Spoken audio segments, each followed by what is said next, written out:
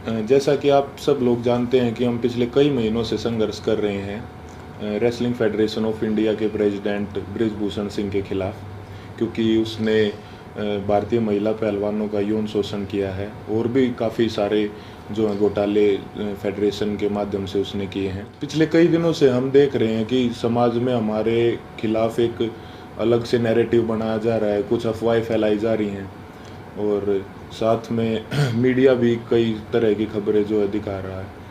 तो हमारा आज ये वीडियो बनाने का एक ही पर्पज़ है कि हम जो अपनी सच्चाई, जो असली सच्चाई है, वो आप लोगों तक पहुंचा सकें। आज हम इस आंदोलन की शुरुआत से लेकर अभी तक पूरी की पूरी सच्चाई आपके सामने डिटेल के साथ रखेंगे। आज जो हमारे ऊपर कई तरह के जो आरोप भी लगे हैं, आज हम उनका भी जवाब जो है प्रूफ के साथ देंगे। सबसे पहला जो आरोप हमारे ऊपर लगा था वो लगा था कि हमारा ये जो आंदोलन है वो राजनीति से प्रेरित है। कांग्रेस लीडर दीपेंद्र हुड्डा ने हमारे को इस आंदोलन के लिए उकसाया है। आप सबको पता है कि सबसे पहले जो हम प्रोटेस्ट पे आए थे जंतर मंतर पे, वो जनवरी में आए थे और उस प्रोटेस्ट की जो परमिशन है वो बीजेपी के ही 2 लीडर्स ने ली थी। उसका प्रूफ है हमारे पास।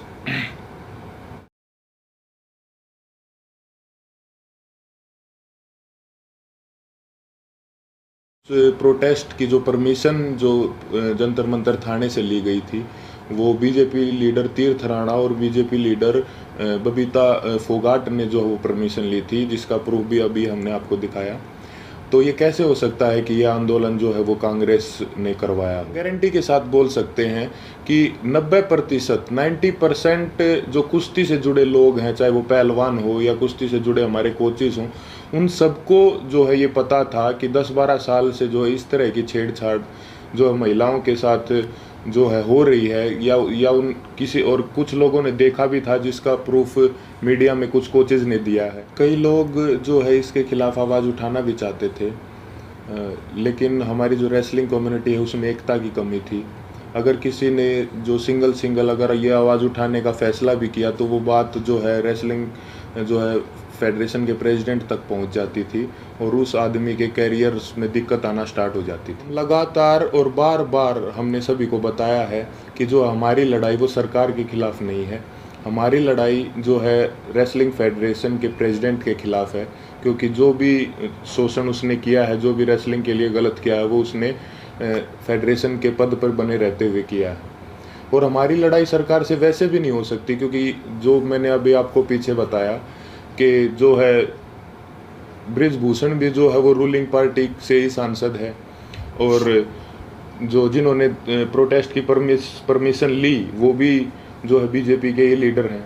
तो इससे तो ये साफ होता है कि भाई हमारी लड़ाई सरकार के साथ नहीं थी। और हमारे ऊपर दूसरा आरोप ये भी था कि हम इतने टाइम तक चुप क्यों थे। तो इसके कई कारण हैं। सबसे पहले तो एकता की बहुत कमी थी, एक साथ कभी हम हो ही नहीं पाए।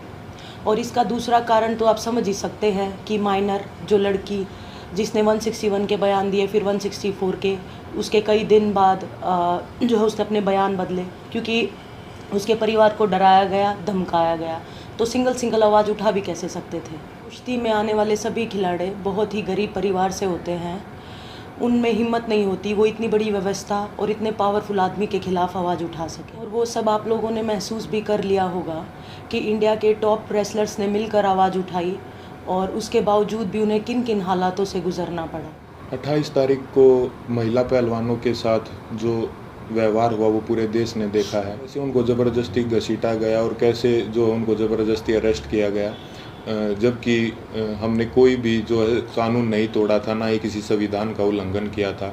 फिर भी हमारे ऊपर जो है इतना ज़ोर ज़बरदस्ती का और इतना बर्बर व्यवहार जो है किया गया पुलिस प्रशासन द्वारा। हम आप सबको ये क्लियर कर देना चाहते हैं कि जो 28 मई की जो महिला सम्मान महापंचायत की जो कॉल थी वो हमने नहीं दी थी, वो हमारे खाप चौधरियों ने दी थी महम में पंचायत के बाद।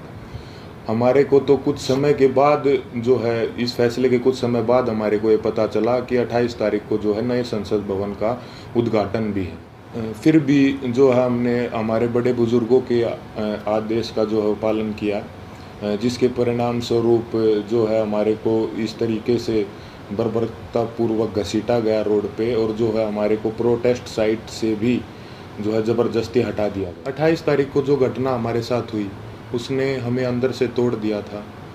हमने देश के लिए इतने पदक जीते, देश का इतना मान सम्मान बढ़ाया, फिर भी हमारे मान सम्मान को जो है वो सड़कों पर रौंद दिया गया। उस घटना के बाद हम जो है इतने आहत हो गए थे, इतने परेशान हो गए थे कि वो बात हम वर्ड्स में भी नहीं बता सकते।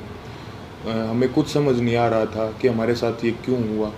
उसके बाद हम सब ने अपने सारे मेडल्स गंगा जी में विसर्जित करने का फ़ैसला लिया, क्योंकि हमें वो अपने सारे मेडल्स बेईमानी नज़र आ रहे थे। लेकिन फिर हरिद्वार में भी हम सब इस तंत्र की साजिश का शिकार हो गए। जैसे ही हम हरिद्वार में अपने मेडल बहाने पहुँचे तो तंत्र से जुड़ा एक आदमी बजरंग का हाथ पकड़ के साइड में ले गया और उससे पता नहीं कितने नेताओं की बात करवाई कि आप रुको, आपके बारे में मीटिंग चल रही है और आपको न्याय भी मिल जाएगा, आप बस 7 बजे तक रुको। और कैसे भी करके जो है 7 बजे तक बजरंग को जो है रोक के रखा, और एग्जैक्ट 7 बजे तंत्र से जुड़े और भी इसी तंत्र से जुड़े लोग पता नहीं कितनी संख्या में वहाँ पर पहुँच जाते हैं, और वहाँ पे जो है व्यवस्था इस तरह की बन जाती है कि अगर उसके बाद हम मेडल बांटे जाते तो वहाँ पे हिंसा भी हो जाती। तो वहाँ भी हमने फिर समझदारी जो दिखाई और जो है रुकने का निर्णय लिया कि अभी हम रुक जाते हैं। और एक और बात क्लियर कर दे कि वो मेडल हमने सिर्फ अपने कोचेज़ को और अपने माँ बाप को वापस दिए थे। वहाँ पे क्या चल रहा था ये हमारे को कुछ समझ में ही नहीं आ रहा था। हम उस मानसिक स्थिति में थे ही नहीं कि हम वहाँ पे किसी साजिश को या वहाँ पे क्या चल रहा है इस चीज़ को समझ पाते। हम बहुत ही एक तनाव में और एक बहुत दुखी मन के साथ अपने जीवन की पूरी कष्ट कमाई को वहाँ लेके गए थे। लेकिन वहाँ पे क्या हुआ उसको, क्योंकि हम जो है आंदोलनकारी नहीं है ना, हमें एक्सपीरियंस है, हमने जो है पूरी ज़िंदगी कुश्ती करी है ना, सोशल लाइफ भी नहीं जिए, तो कई बार इस तरह के जो माहौल क्रिएट होते हैं वो नहीं समझ में आते। साथ में हम अपनी ज़िंदगी की पूरी कमाई वहाँ पर लेके गए हुए थे। इस घटना के बाद हमारी मानसिक स्थिति ऐसी हो गई थी कि हमें कुछ भी समझ नहीं आ रहा था कि कौन हमारे साथ है, कौन जो हमारे खिलाफ है, कौन इस तंत्र का हिस्सा है। हम दिमागी रूप से बिल्कुल जो है ब्लैंक आउट हो गए थे। और फिर उसके बाद कई लोग हमारे को मिलते रहे, कुछ समझाते रहे, हमारे को कुछ समझ नहीं आ रहा था कि किस पे विश्वास करें और किस पे ना करें। इसी बीच ये समझाया गया हमको कि होम मिनिस्टर सर से आपको मिलना चाहिए, क्योंकि जो है सारे समाधान वहीं से निकलेंगे। हम वहाँ पे सिर्फ अपनी बात रखने के लिए गए थे। और अब ये भी सुनने में आ रहा है कि कई खापे जो हैं वो हमसे नाराज़ हैं। मैं सबसे हाथ जोड़ के यही विनती करना चाहूँगा कि आप प्लीज़ अफवाहों पे ध्यान मत दो। अगर अनजाने में हमसे कोई गलती भी हुई हो तो हमें माफ़ करो। इतने दिन लगातार संघर्ष करने के बाद, इतने लोगों से मिलने के बाद हमने क्या महसूस किया है, क्या सीखा है, ये तो अभी हम आपको वर्ड्स में नहीं बता सकते। लेकिन हमने कई ऐसे इंसान भी देखे हैं हमारे साथ, और कई ऐसे संगठन देखे हैं जो निस्वार्थ भाव से जिन्होंने हमारा समर्थन किया है। हम उनका दिल से धन्यवाद करना चाहेंगे।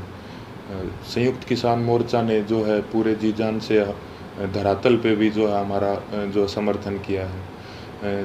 भाई चंद्रशेखर रावण का भी मैं दिल से धन्यवाद करना चाहूँगा, क्योंकि ये तंत्र जात पात में हमको बांटना चाहता था, लेकिन उस भाई ने हमारी दिल से सपोर्ट की है।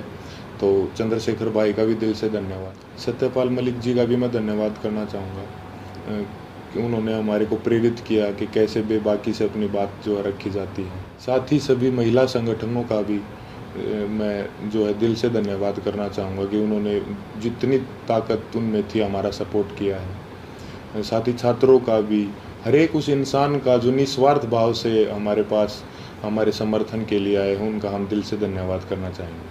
और हम चाहेंगे कि आगे भी मुसीबत के समय में आप हमारा ऐसे ही साथ दें। इसके लिए मैं धन्यवाद करना चाहूँगा बीजेपी लीडर जो हैं बबीता जी और तीर्थ राणा जी का, कि उन्होंने जो है पहलवानों को एकजुट करने का काम किया। साथ ही उन्होंने इस आवाज़ को उठाने के लिए उन्हें मोटिवेट भी किया।